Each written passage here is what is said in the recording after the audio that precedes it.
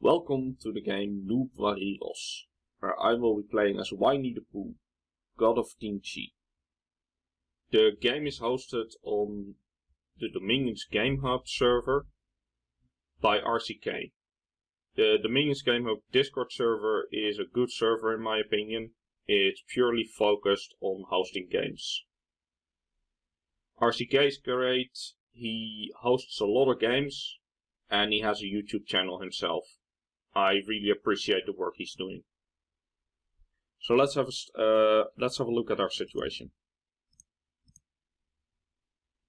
So the other pretenders are Sarmatia, Kalem, Fomoria, Lanka,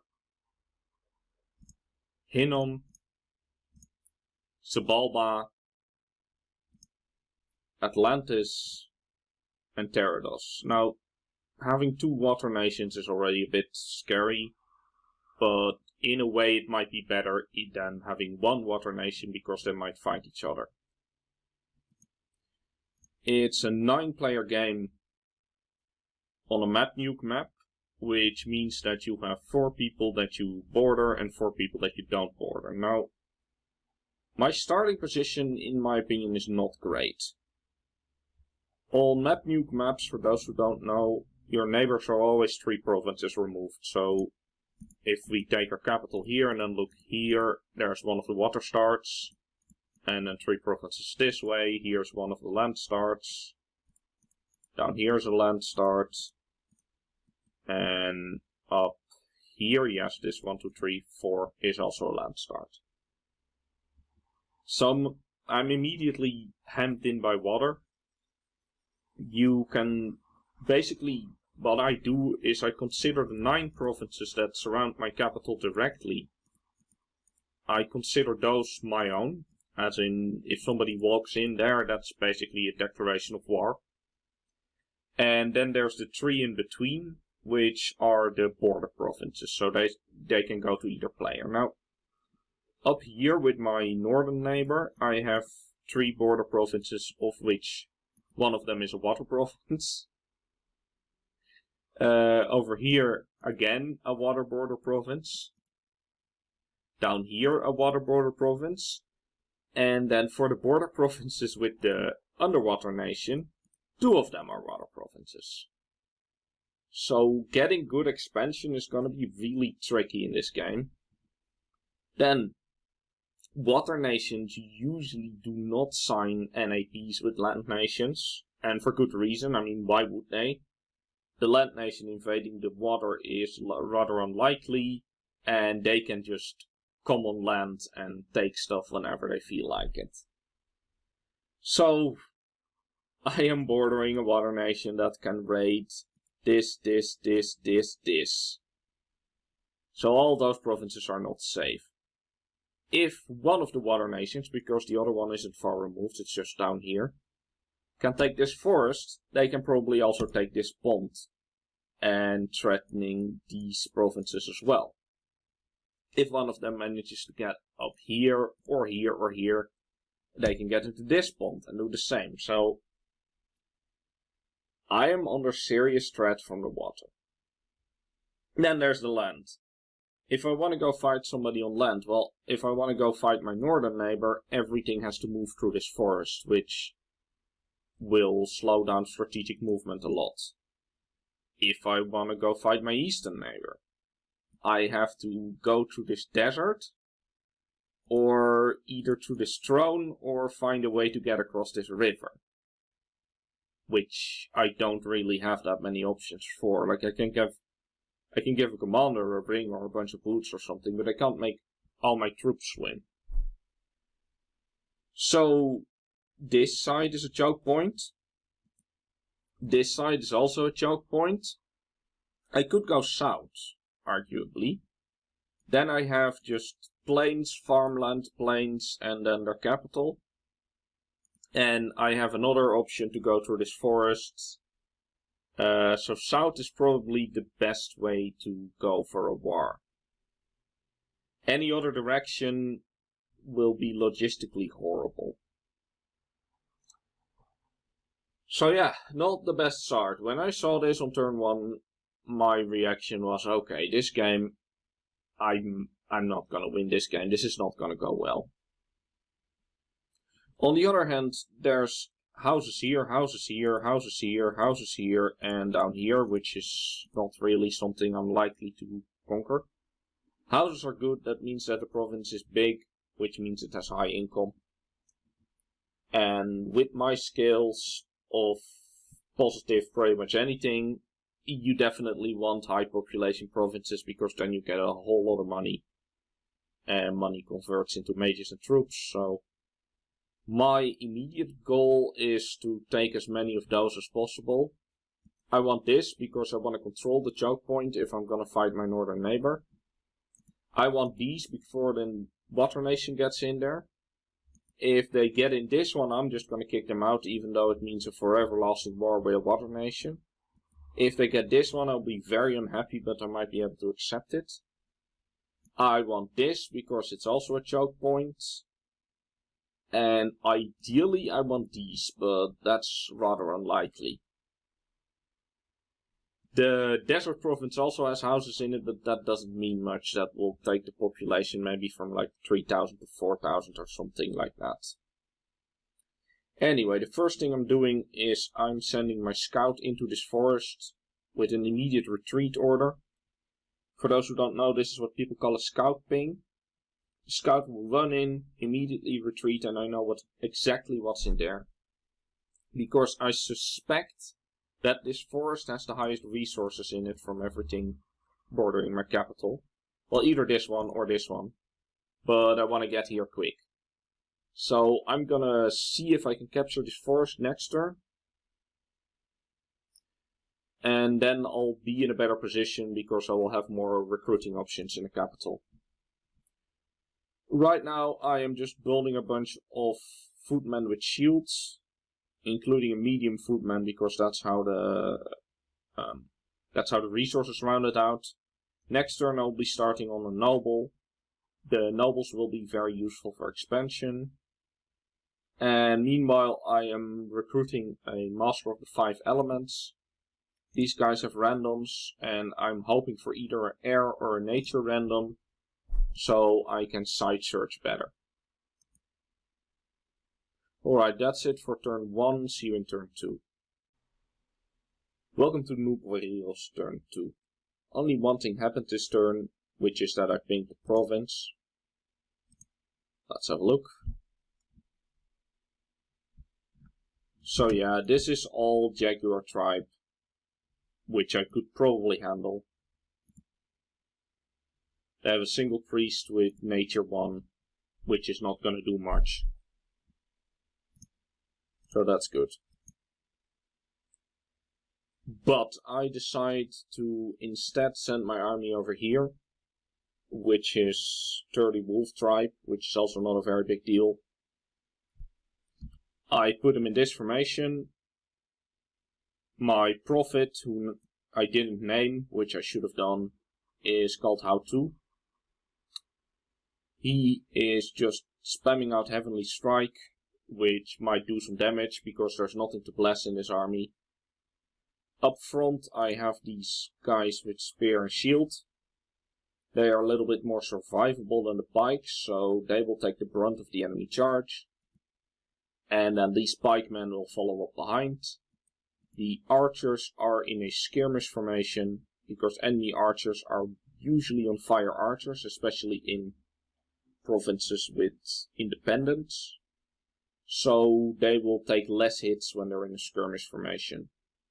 The alternative would be a sparse line formation that would make them take even less hits, but then they're not properly behind the troops and they might get rushed. I'm not 100% sure on which is better, but if you do a normal box or a normal line, you will take a lot more hits from enemy arrow fire, so that's why.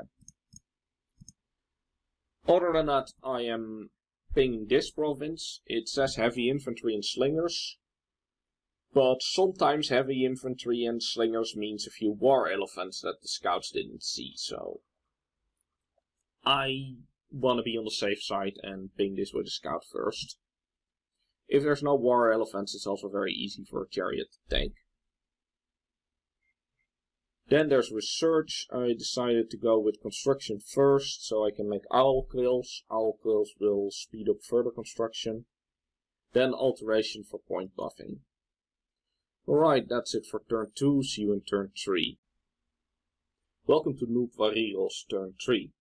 Here we have our first battle.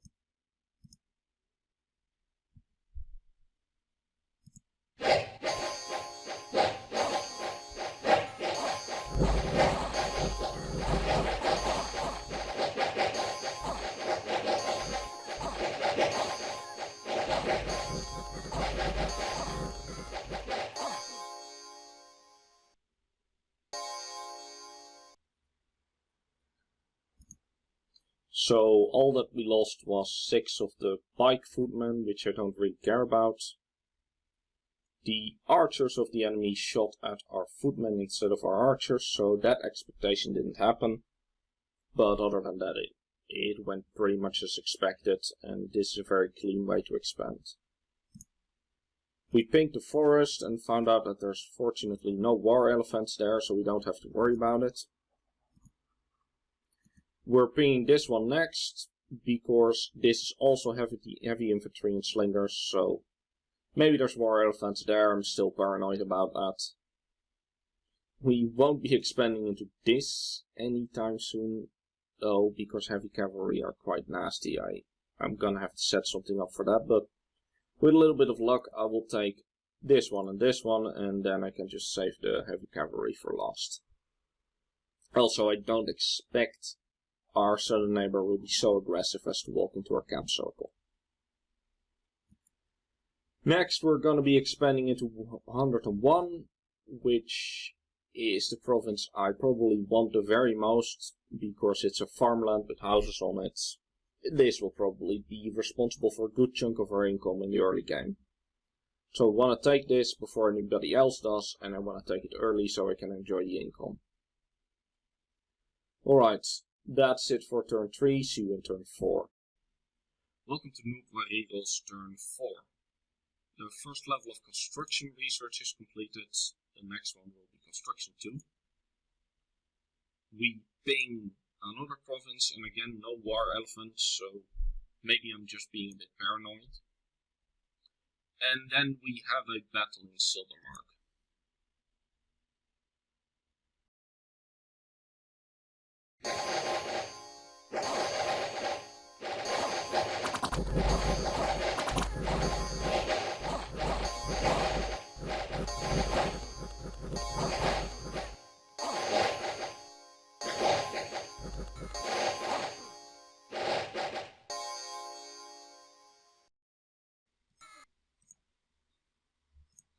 So in that one we took 2 more losses. The army that was protecting it had 36 troops, mostly militia, but still. And their archers this time were shooting my archers, so that formation does work. Just not in the first battle. Now I've taken Silvermark, which already with an unrest of 11 has 130 income. Which is, yeah, it's definitely the best province around, so I'm pretty glad that I took that. And the entire army can just move back here in 1 turn, which is great. Meanwhile, this noble commander with 4 bodyguards is going to try to take this place over. I think he should be able to do it. He is on hold, attack closest, which means that all that infantry will run far ahead of their own troops. The slingers will have to sling at long range, will be inaccurate, and hopefully hit their own troops. And then the chariots will run over them, and hopefully the slingers will just run away. This army is making it back to the capital, where I am recruiting on finishing of this chariot.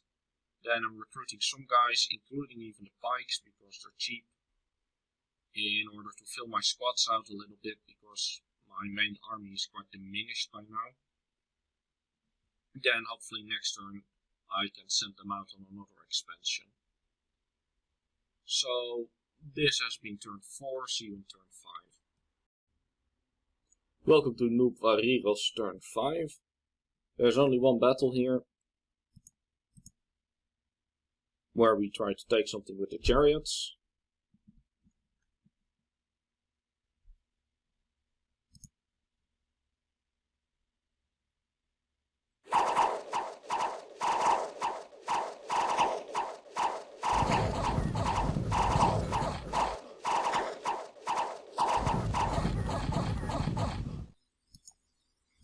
And that works out just fine. The chariots are going to be moving on to this province where there's hauberks. Hauberks can be pretty good, but hopefully we can just run over them with the chariots and then we'll have this choke point, which I really want to control. Meanwhile, the main army is moving on here, where, as we scouted earlier, there isn't much here. Because it's heavy infantry and slingers, I changed up the formation a little bit. Put everybody a little bit further back. If I'm not mistaken, these guys can outrange a slinger. And these guys need to be more behind these guys then, so they hit at the same time, hopefully. Anyway, that's the plan. For recruitment, we're now just going full on chariot because I want another party like this. That's been turn 5, see you in turn 6. Welcome to Noob Variro's turn 6. This is the battle where the hauberks are, let's have a look.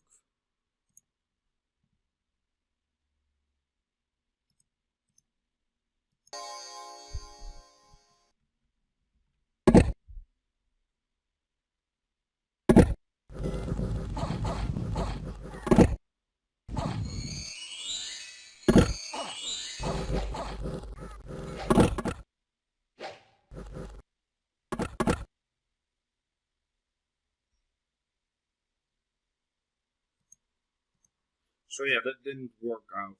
The chariots were put to sleep, which means their defense doesn't work anymore. And then the commander got killed. 2 of the chariots make it out, but unfortunately I end up not taking the province. Then there's the battle in Vulcan.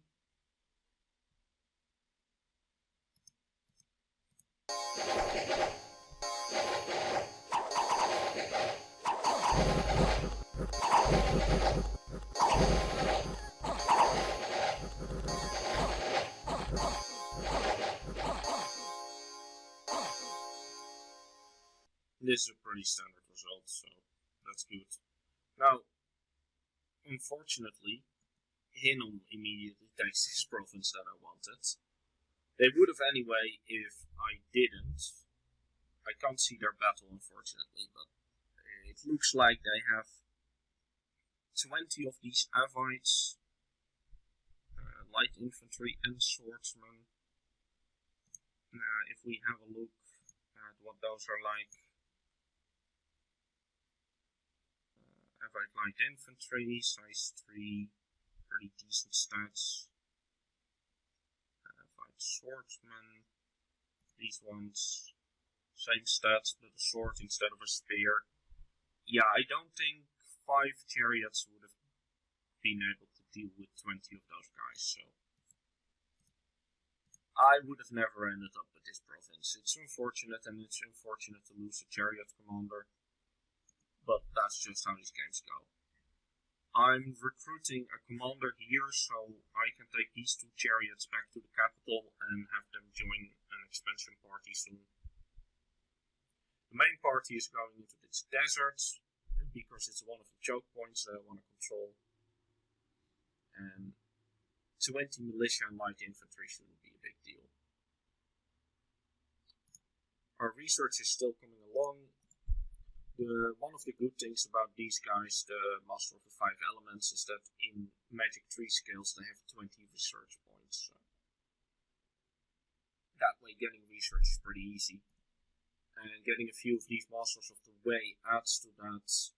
The Masters of the Way will also be good point buffers in case of an early rush.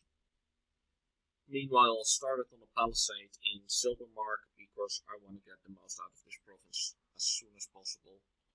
Now, since the unrest is going down and my skills are spreading, this province already gives us 170 income, so this place is pretty much the linchpin in my early wealth, basically. Alright, that's been it for turn 6, see you in turn 7. Welcome to Noob Variro's turn 7. I finished construction 2, which gives us access to some things, and now we're going into alteration. There has been a battle in Yazran. Alright. This is the desert.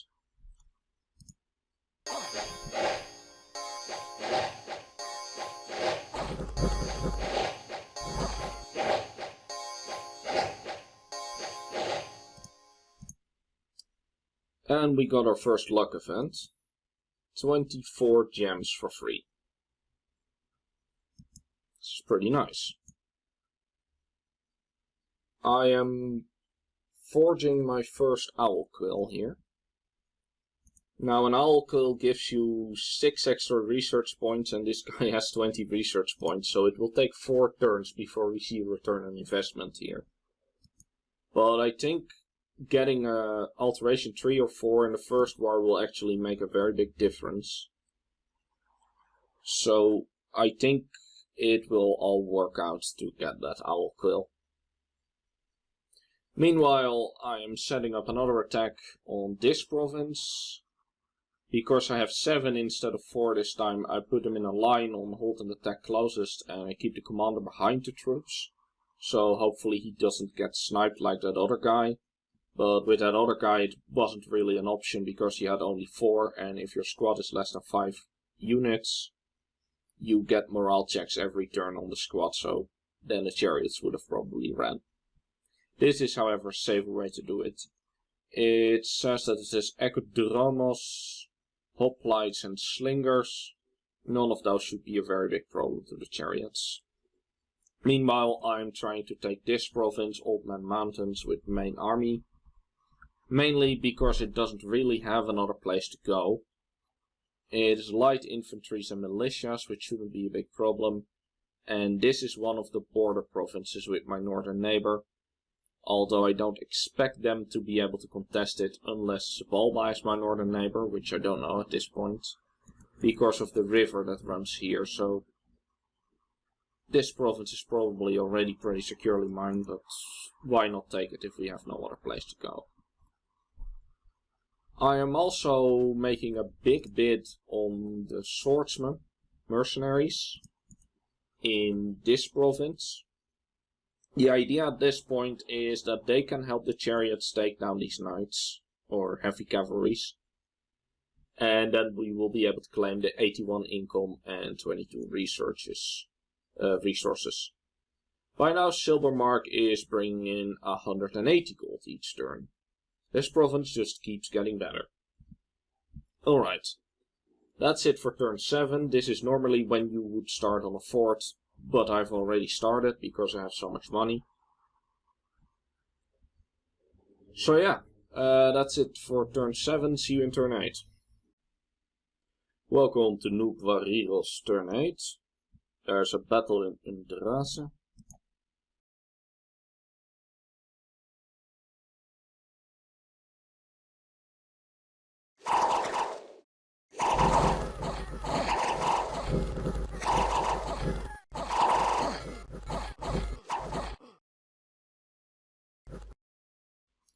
And a battle in Old Man Mountains.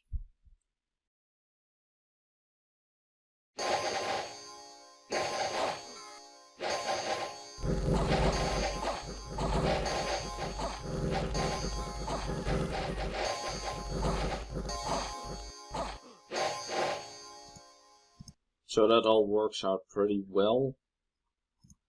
Here our prophet just decided to step on 2 guys that got too close. Very good. There's a few random events. We got 33 unrest in Silvermark, which is actually quite painful. We got 33 unrest and -3 dominion in Vokan, but Vokan is much less important of a province. And we got 8 air gems in Silvermark for free. So that's pretty nice. The mercenaries have joined us, so nobody made a higher bid, and our prophet is now a famous hero, which gives him extra magic resistance, which can be nice in some niche situations. So here I decide that instead of going after these heavy cavalry right away, I will send these guys, these 7 chariots that you just saw in the battle, into Borwoods.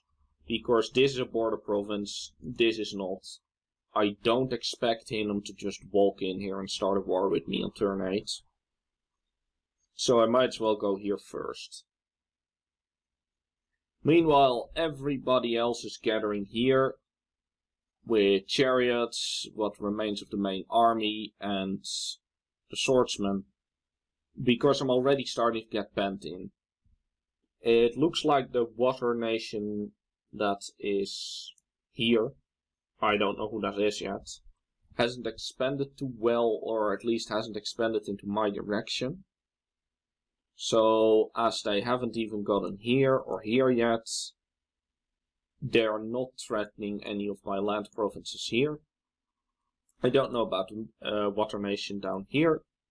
I don't know about Hinnom, so I want to take this as quickly as possible.